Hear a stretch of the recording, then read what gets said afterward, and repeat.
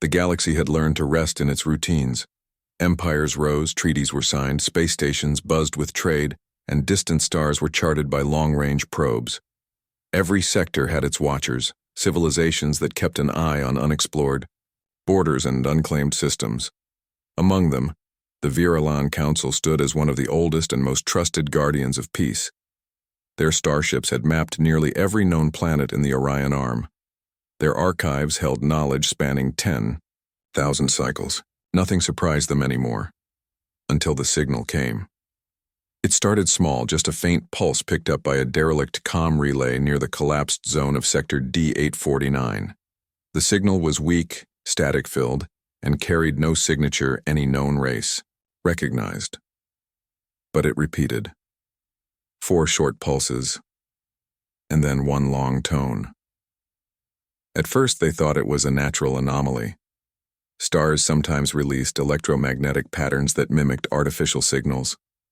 But this one was different. It repeated every 16 minutes and 12 seconds, too precise to be a coincidence. So the Virelans ran it through old decryption programs. Layers of distortion were peeled away. And then someone in the astrophonics division went silent, stared at their screen for 5 full minutes and whispered a single word. Terran. It sent ripples through the High Council. Earth, also called Terra, had been classified as a pre-collapse world, once filled with life, creativity, and chaos. Centuries ago, the galaxy had observed humans from afar. Curious little creatures, loud, inventive, violent sometimes. But their potential had impressed many. Still, by the time galactic explorers returned for contact, Earth had already gone silent. No transmissions, no movement, nothing. A few scout ships were sent over the years, but they found only wreckage in orbit, dead satellites, and signs of catastrophic collapse on the surface. Humanity was presumed extinct. The Council had archived them under Category 4 lost civilizations and moved on. Now, 8 centuries later, a signal in human format had just whispered from the void. Ambassador Lurex, a tall, crystalline being from the Alarian Republic, wasn't one to believe in ghosts, but this was different. The tone of the signal was old, very old, but it carried an intent, a kind of rhythm, like a call, like a beacon. He requested authorization for a remote drone to be sent toward the source. The Council hesitated. What if this was a trap? A pirate trick, or worse, an AI mimic from the old war zones? But curiosity is stronger than fear, especially for those who live long enough to believe they've seen everything. The probe was launched. It was small, sleek, barely larger than a coffin, and faster than light. It coasted quietly through the dark, following the signal trail into a zone that had no name, only a number, 849. No stars here, only dead rocks, ice comets, and one old brown dwarf, an ancient, failed star whose light had dimmed to a dull ember. Then the drone stopped transmitting. Not damaged, not destroyed, just silent. But moments before blackout, it had sent one last data burst. The transmission opened with an image, a massive shape silhouetted against the dead light of the brown dwarf. Not a planet, not a moon, not even a known model of starship.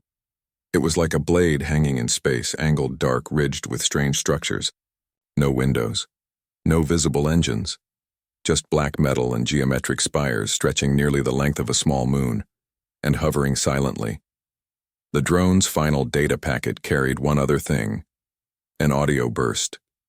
No words, no voice, just a mechanical whisper, translated by the drone's linguistic matrix into a chilling sentence. It sees us. That was all.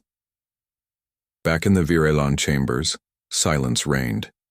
Even the youngest aides and cadets who overheard the whisper seemed shaken. The galaxy had not seen such a ship before.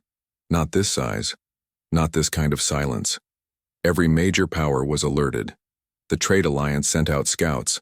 The Psylocks Command activated passive listening satellites across all outer borders. Civilian ships were told to avoid Sector 849 entirely. What shook everyone more than the image was the design. It resembled nothing ever recorded, except for one.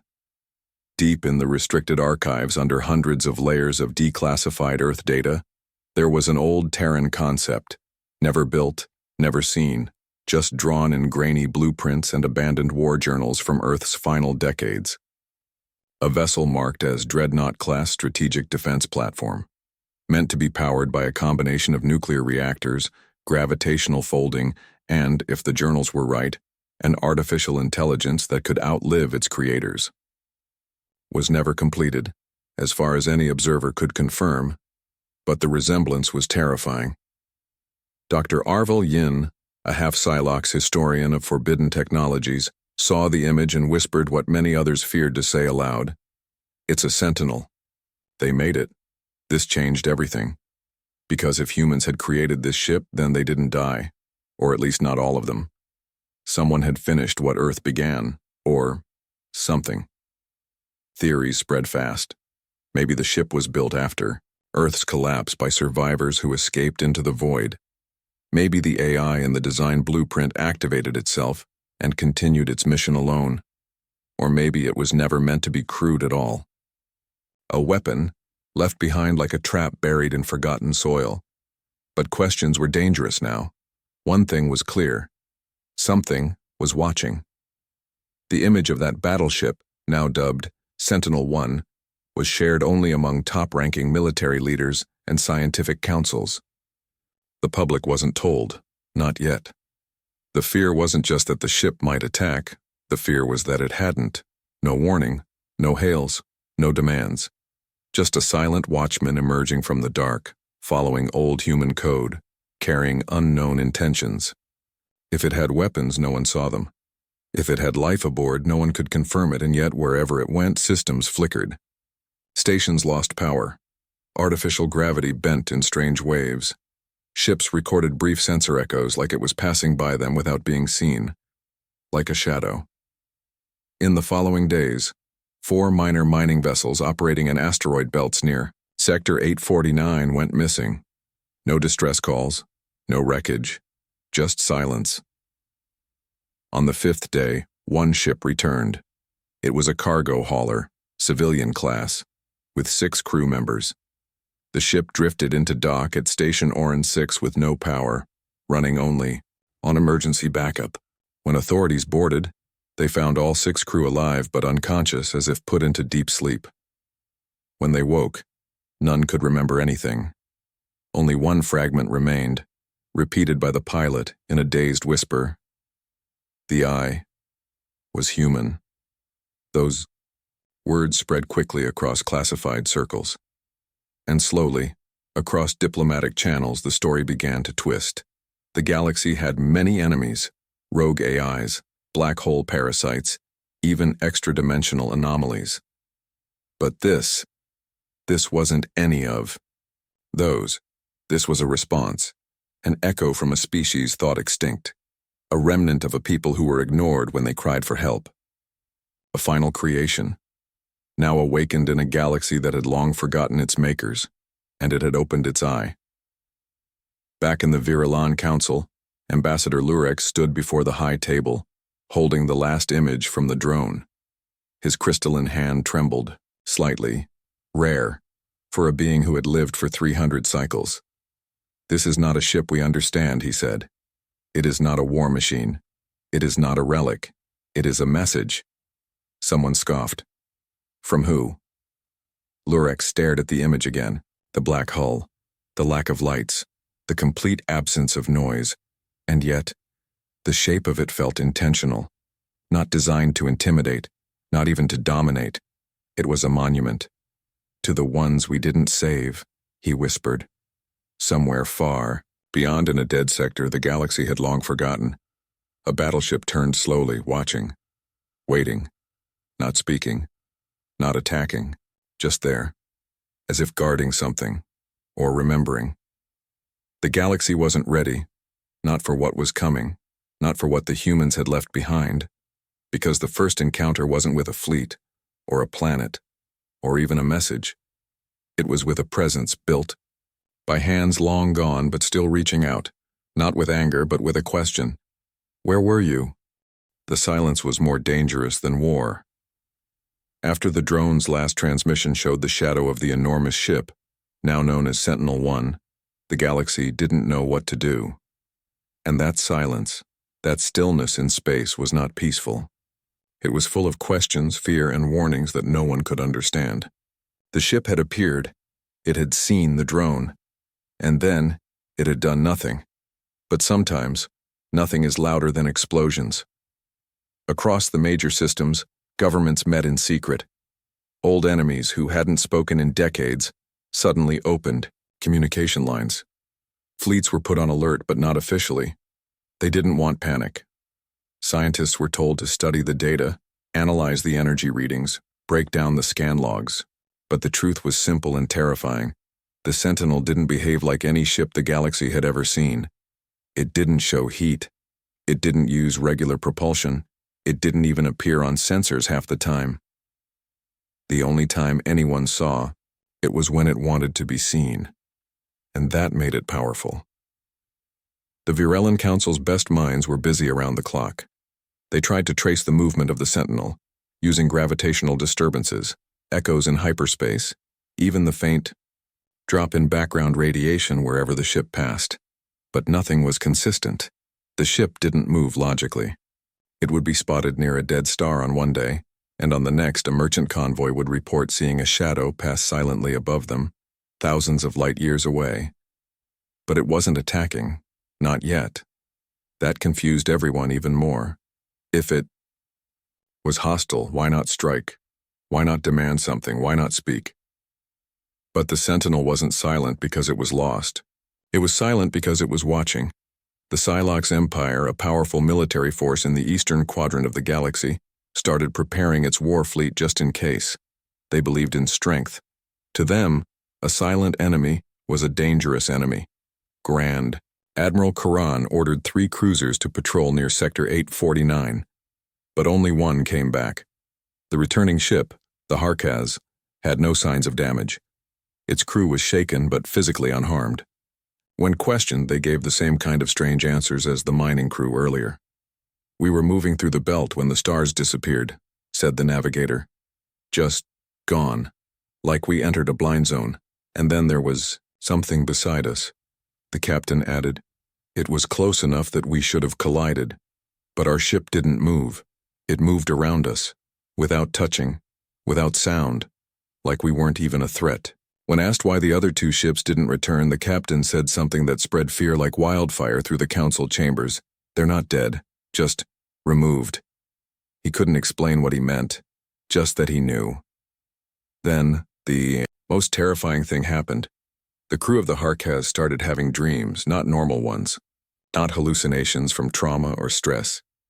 Each one dreamed of Earth, but not the Earth from archives. Not the cities or blue skies that history recorded.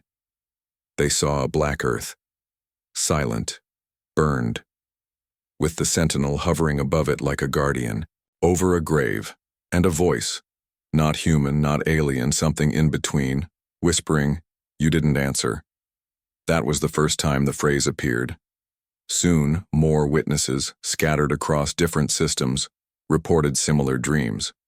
From miners to traders to even a diplomat on the edge of the Allurian systems, those who had been near the Sentinel or passed close to its supposed path, all reported variations of the same thing: the destroyed Earth, the silent Sentinel, and the same 5 whispered words: "You didn't answer the call." And answer the E, that's when the historians and scholars were called in.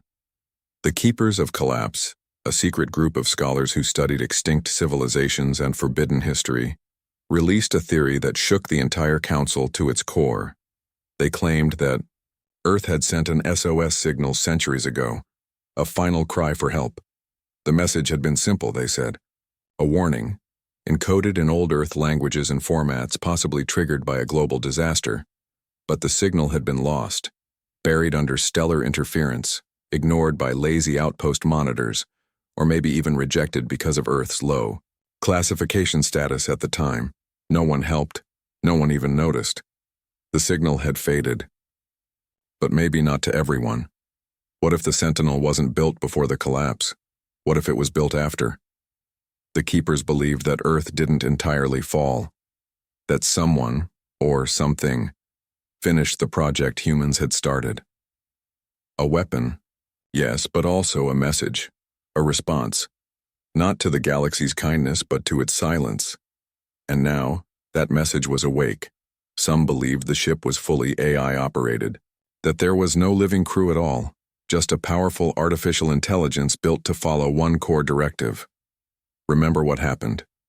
Ensure it doesn't happen again.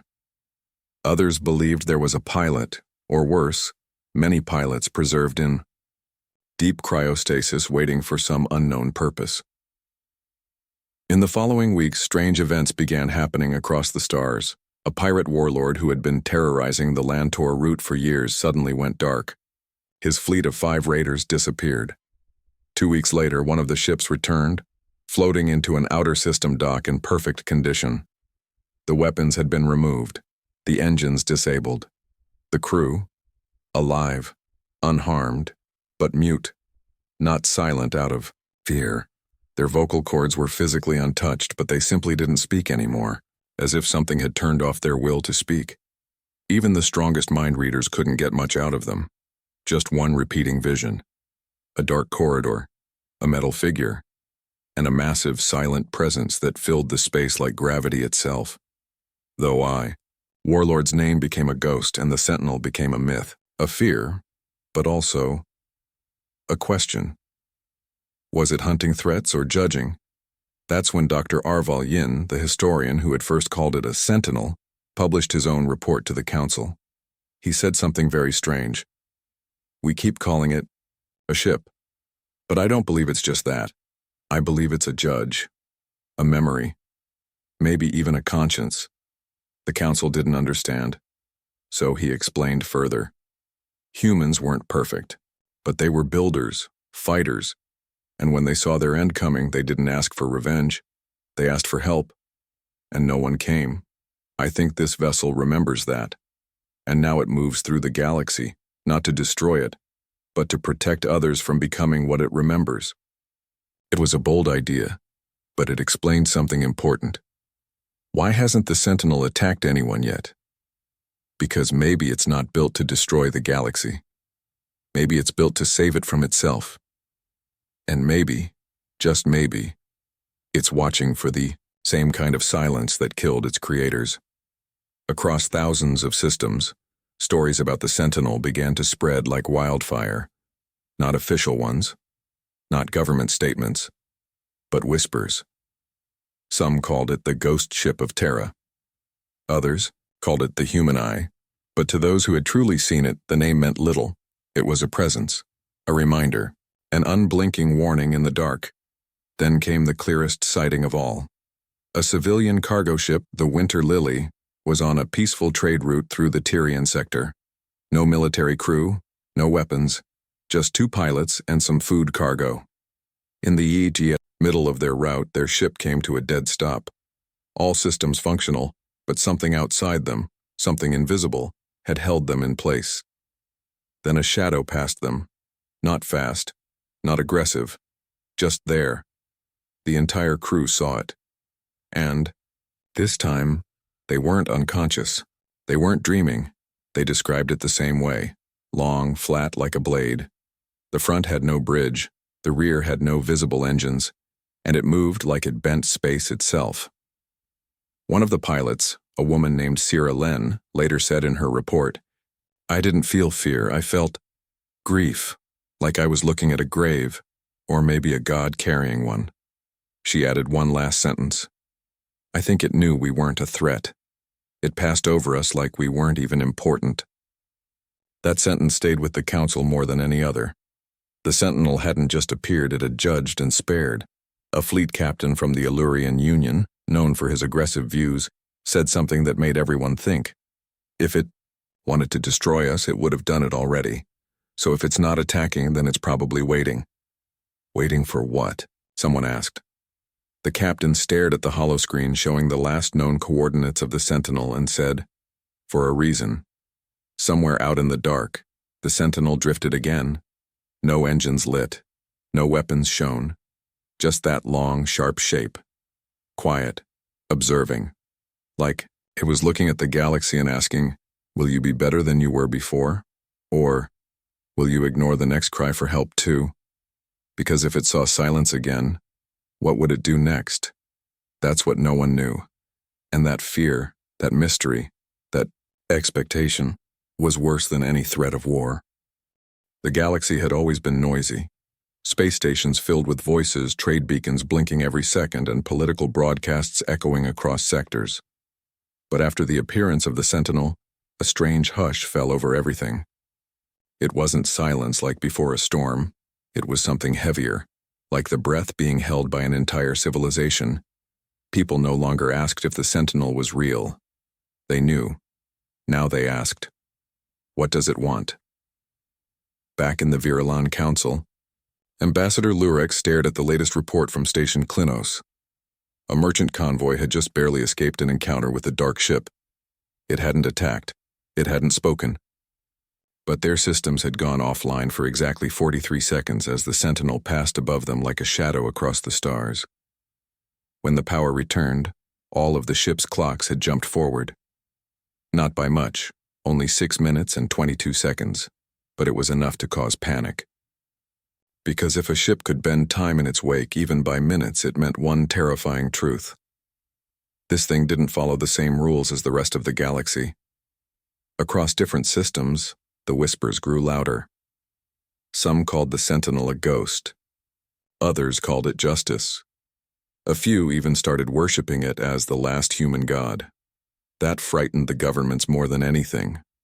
The fear of chaos, of the people turning to something they didn't understand. And in that chaos, someone finally dared to act. The Psylocke Empire, furious at the failure of their scout mission, authorized a mission they called Operation Chainfire. The goal was simple: capture the Sentinel. They didn't care about the warnings, the dreams, or the vanishing ships. To them it was just a relic, a human weapon, a ship like any other, one that could be taken apart, studied, and possibly used. They sent a fleet of 4 warships, each powered by nuclear cores, armed with quantum torpedoes and carrying their most advanced tracking systems. These weren't ordinary ships. These were planet crackers designed to end wars in days. The mission launched quietly. Only the highest command knew the plan. The public was told the fleet was heading to a border drill. They never made it to the drill. 3 days after departure, a single transmission arrived. Not a distress call, not a cry for help, just a short, chilling message picked up on a dozen listening posts across 4 sectors. We are still watching. That was it. Nothing more. And just like that, all 4 ships were gone. No wreckage, no debris, no escape pods. Just absence. Some said it was vaporization. Others thought it was displacement into some unknown dimension. But one young technician in a forgotten corner of a Psylocke's data tower noticed something terrifying. All 4 ships had disappeared at the exact same time, to the nanosecond, as if someone had snapped a finger and removed them from the universe. The Psylocke Empire denied the loss publicly, but inside their leaders knew something no one else did. They had left behind spy drones, tiny ones. One drone survived long enough to send one image, just one. A black corridor, inside a ship, lit with red emergency lights, and something standing in the distance, humanoid, too tall, too still and glowing, too still, and, faintly, with blue lines running through its skin like lightning under glass. That image was quickly locked away, but it was too late. It leaked. Now the story of the Sentinel had a face, not just a ship, a figure. Theories exploded like stars. Some believed this figure was the AI core of the Sentinel, a machine mind given a shape. Others thought it was a survivor of Earth, somehow kept alive for centuries inside the ship. Or maybe something else, a new kind of being, not human, not machine, but born from both. And with that image, something changed in the galaxy. Fear turned to curiosity, and curiosity turned to obsession. Across hundreds of planets, cults began forming. Some called themselves the Listeners, others were named the Echoed. They believed the Sentinel was not a warning but a test, that the galaxy had failed once before by ignoring Earth's cry for help. And now the Sentinel had come to offer them a second chance. Governments tried to shut them down. They arrested leaders, blocked transmissions, banned art and messages that referenced the ship. But it didn't stop. The image had planted a seed, and the seed was growing. Meanwhile, out in deep space in the uncharted ruins of Sector 849, something else happened. A listening post, abandoned long ago by the Tolek explorers, suddenly powered on. No crew, no command, no maintenance, just power. And then it sent a signal, a repeating, tone low, metallic, almost like breathing, but hidden within it was something else. A data stream, a series of Earth languages, all layered together, English, Russian, Mandarin, Arabic, Urdu, Swahili, all woven into one long, endless sentence. And the message, when finally decoded, shook the last layer of doubt from every heart in the galaxy. UE. Let the fire take them. Now we are the smoke. That was the turning point. The Virilan Council, long silent and cautious, decided to act, but not with war. They sent a message. It was simple, translated into all Earth languages, and then sent back. Through the same route the Sentinel's signal had first followed. We are sorry. We were too late. We did not hear. But we are listening now. They sent it once, then again, then a third time. And waited. Nothing happened for 4 days. But on the 5th, every single deep space telescope turned to observe a movement. The Sentinel had changed direction. It was heading straight for the Virilan core systems. At first there was panic. Military fleets scrambled, stations locked down, evacuation plans activated. Some believed the apology had triggered retaliation, but the ship didn't come with speed. It moved slowly, deliberately, and as it entered the system, every station it passed experienced the same thing. Not attacks, not system failure, but a voice. Soft, synthetic. Every comm panel, every screen, even basic analog speakers, suddenly flickered on, and a message played, not in just one language, but in each listener's native tongue, as if the voice knew what you needed to hear. It said, "You heard us now. But you did not hear them then." Why? There was no reply. No one could answer. Then the voice continued. This galaxy teaches strength, but forgets mercy, teaches control, but forgets memory. We do not forget. And then the voice paused, as if waiting, and spoke again. We ask only this. When the next voice cries out, will you answer? And just like that, the Sentinel vanished, not slowly, instantly. One moment it was there, a black monument hanging in the stars. The next, nothing. No ripple, no warp, no energy spike, just gone. Across the Virilan systems, people stared into the dark sky, not knowing what they had just witnessed. But something deep inside them had shifted, because it wasn't just about Earth anymore. It was about the future, about all the forgotten, cries in the dark that never got answered, and about the cost of silence.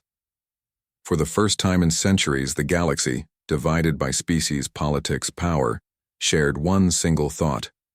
We missed a call. And now, the caller had reminded them.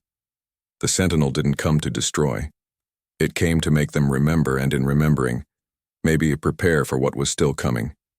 Because the voice had said, next. And somewhere, far beyond even the Sentinel's path, there might be another call, another cry. And this time, they would have to choose. Would they listen, or stay silent again? No one slept well after the Sentinel disappeared. It had come so silently, delivered a message that shook every soul, and then vanished again into the void. But the galaxy could not forget its voice. Every leader, every scientist, every ordinary person now carried those words like a shadow across their thoughts. When the next voice cries out, will you answer? In the quiet corners of government halls, fear sat beside guilt. Because everyone now understood. Earth had cried for help, and nobody listened. Not because they hated Earth, not because they wanted to see it die, but because they were too busy, too distracted, too powerful to care. And now this ship, this being, had returned, not for revenge, but for a reminder, a mirror held up to the galaxy's heart. It changed everything. The Virellan Council launched a new initiative, one that hadn't happened in centuries.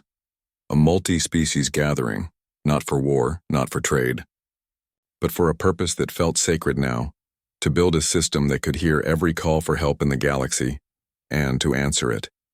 They called it the Echo Project. It started small, a group of neutral scientists and engineers, one station, one system. But soon offers of help came from the unlikeliest places. Even old enemies like the Torav and the Lernax offered assistance. They sent funds, materials, data, ships, not because they believed in the project, but because they feared what might happen if they didn't. Fear had united the galaxy before, but this time it wasn't fear of war. It was fear of repeating the same mistake. And then something strange happened. As construction began on the new listening array, deep in the quiet zone of the Medran Belt, the workers found something buried beneath the asteroid fields. An object, smooth, black, clearly artificial, but so old it had fused with the rock around it. They called in the best archaeotechnicians. It wasn't a weapon, it wasn't a ship, it was a recorder, an old Earth design. Its metal was scratched, but still held power. Barely. It took 12 days to access its memory, and when they did, every person in the command station stood frozen, because it played a voice. Human, desperate, crying. We don't have much time.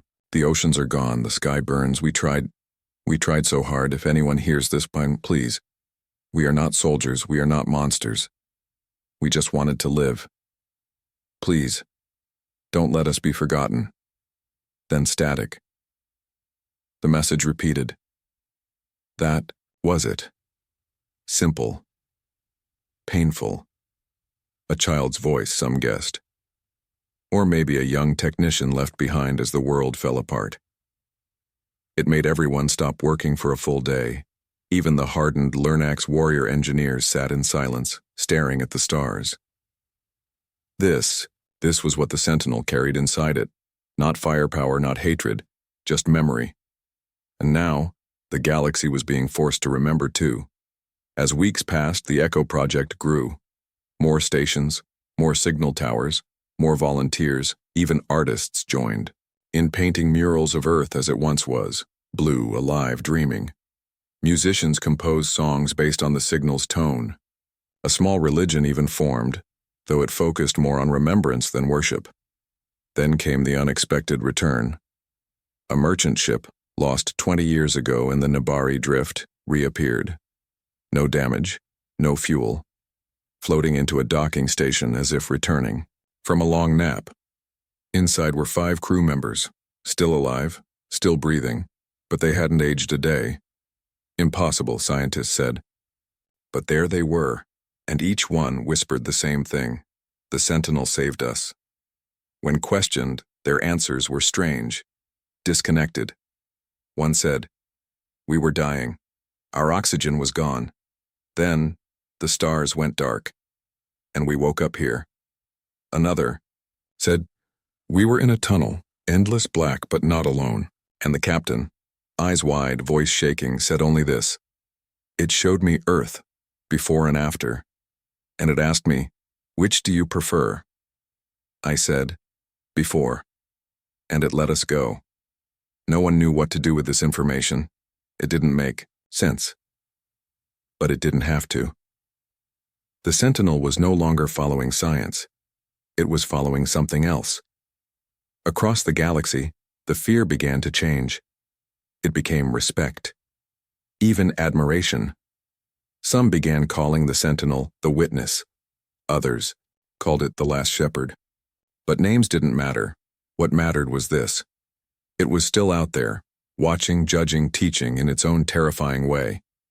And then another change came, not from the Sentinel, but from a planet called Cythera 9, a small colony, mining-based, low-tech, quiet. It sent a signal, a real SOS. A plague had broken out, a virus from the deep mines, ancient and unknown. It was killing dozens every hour. Their medical supplies were low, no help nearby. The signal was weak, desperate. And this time, the galaxy responded. In less than 6 hours, 3 ships from 3 different empires arrived. Medical teams, food, vaccines, drones. They didn't argue about who owned the space.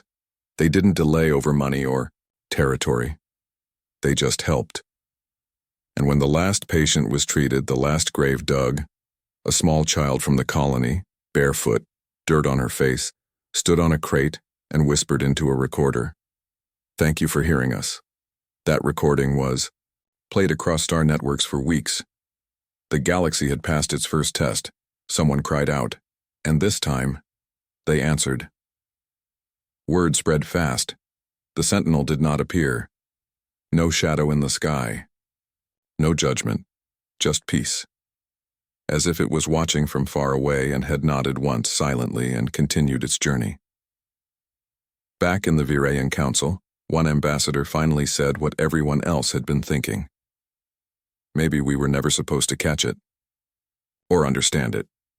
Maybe it just came to ask a question, and now, it's waiting to see if we've learned. And far out, beyond the edge of the known galaxy, beyond wormholes and mapped stars, a probe caught something. A flash, a flicker, a shape, moving past a dying star, too fast to track, too massive to measure. And the last transmission the probe sent before vanishing into silence was 4 words. It is still watching. Time passed, not fast, not slow, just steadily, like the beat of a heart that had learned to feel again. The galaxy had changed, not in loud, dramatic ways. No great wars ended, no empires fell. But something deeper, something invisible had shifted. The silence that once followed the Earth's final cry was now filled with voices answering other cries. The galaxy was listening. Finally, the Sentinel, or as many now called it, the Witness, had not been seen in many months. Some believed it had left, gone beyond the edge of the map. Others believed it was still there, hidden, folded into space, like a secret always watching from behind the curtain of stars. But no one forgot. You couldn't forget something like that, not after it showed you your reflection. The Echo Project had grown. It now had 48 stations across 8 sectors, every one of them linked, listening not just for threats but for cries for help. And they came, more than anyone expected. Small signals, often weak, from forgotten colonies, broken ships, isolated species struggling to survive. And for the first time in centuries, help arrived, not because it brought profit or glory, but because it was the right thing to do. Stories began spreading. A colony on Verdun 3 was saved from starvation after a harvest failure. A damaged cargo freighter drifting in silence for 3 years was finally rescued. A prison ship, abandoned after a system collapse, was found and its inmates freed, reformed, and given a second chance. Little victories, but they echoed louder than any conquest ever had. And in the shadows of all this change, one question began to rise like a quiet wind. Was this what the Sentinel wanted? Or was it only the beginning? Then something happened, something none of the Echo stations were prepared for. A signal arrived, not an SOS, not a distress call. It was clear, strong, old, and it came from a system that wasn't on any chart, a black zone, no stars, no trade routes, just darkness.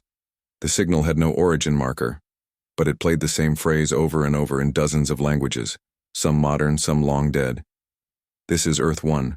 Do you read us? Repeat, this is Earth 1. Please respond. The back message was impossible. Earth was dead. Everyone knew it. Burned in fire, drowned in flood, swallowed by its own silence. And yet, the signal was real. The Virilan Council called an emergency meeting. No empire wanted to be left out. Not after everything the Sentinel had done. If this was real, if Earth somehow survived, everything could change again. But the fear was just as strong. What if it wasn't Earth? What if it was bait, a trap, a challenge? In the end, they sent only one ship. Not a warship. Not a cruiser. Just a long-range research vessel called the Lantern Star, crewed by scientists, diplomats, and a few quiet soldiers hidden among the engineers. It took 6 days to reach the edge of the black zone. No light, no gravity wells, no natural energy, only the signal, growing louder. When they crossed the final border, all systems flickered once. Lights dimmed. The ship's AI paused and rebooted, and then through the darkness, and they saw it, not a planet, not a station, but a dome, floating in space, black glass, covered in dust, silent, and orbiting slowly around a tiny flickering white dwarf star, something that should have burned out eons ago. They approached carefully. No weapons, no comms. Just slow movement and eyes wide open. The dome did not respond. But their systems did. The ship's screens flickered again, and suddenly, without being touched, a map appeared. Not just of the system, but of Earth. Old Earth. Blue oceans. Green land. Cities shining. Clouds curling like silver ribbons across a peaceful world. A voice followed. Not human, not machine, but something between. It said, "Welcome. You finally came." Inside the dome, they found a gate and a choice. No force field, no guards, just a message above the entrance. Memory is not punishment, it is a gift. The crew debated for hours, enter or leave. But in the end, curiosity won. Inside, they found something beyond imagination. Earth, or a version of it, a perfect recreation, simulated maybe, or pulled from time itself. They couldn't tell. The air smelled like flowers, birds sang, skyscrapers touched the clouds. People walked the streets laughing, dancing, living, but there was no fear. And when they tried to speak to them, these people just smiled and gently placed a hand on their chest as if to say, "We are here, but we are not." Then the crew saw something even more impossible. The lost. People who had vanished decades ago. Pilots. Scouts. Refugees. All here, unchanged, living in peace. One scientist wept when she saw her brother, lost 22 years earlier, in a mission gone wrong. He hugged her, held her, and said softly, "I was saved. We all were. It showed us what we missed, and gave us what we needed." When asked what it was, he pointed to the sky. And above the clouds, the Sentinel hovered silently, not black anymore, but silver, glowing faintly, like a guardian, or a lighthouse. They stayed for 3 days. Then the voice returned. It said, "You were ready to listen, so we gave you back what you lost." Then it added, "But memory is not forever. The lesson must continue." And the dome began to close. The ship barely escaped in time. When they looked back, the dome was gone. So was the star. Only darkness remained. But inside the ship's database was a new file. Locked, encrypted. The name was simple. Echo 2. And when the best minds of the galaxy unlocked it, they found coordinates, thousands of them. Each one a point in the galaxy where a voice had cried out, but no one had listened. Some cries were ancient, others recent, and one was still active. Live SOS, from a planet called Thranos, never heard of, never visited, not on any star maps, and the message was barely a whisper. "We are dying. Please. Someone. Anyone." There was no debate. This time, fleets moved instantly. Medical, military, diplomatic. Not to invade, not to dominate, but to help. And as they flew through space faster than light, each ship's screens lit up with a final message. Same time, same voice. "We asked if you would answer. Now, you are." Far away in the deep cold between galaxies, the Sentinel watched, silent, alone, but not forgotten. And inside it, perhaps still waiting, were the voices of 1,000 lost souls, singing, whispering, hoping. Because sometimes the greatest power in the universe is not weapons, not speed, not control, but the courage to care when no one else does. That was the legacy of Earth. That was the warning of the Sentinel, and that was the new promise of the galaxy. Never again would a cry go unanswered, because someone was always listening now, and someone would always come, no matter how far, no matter how late. The stars had remembered. At last.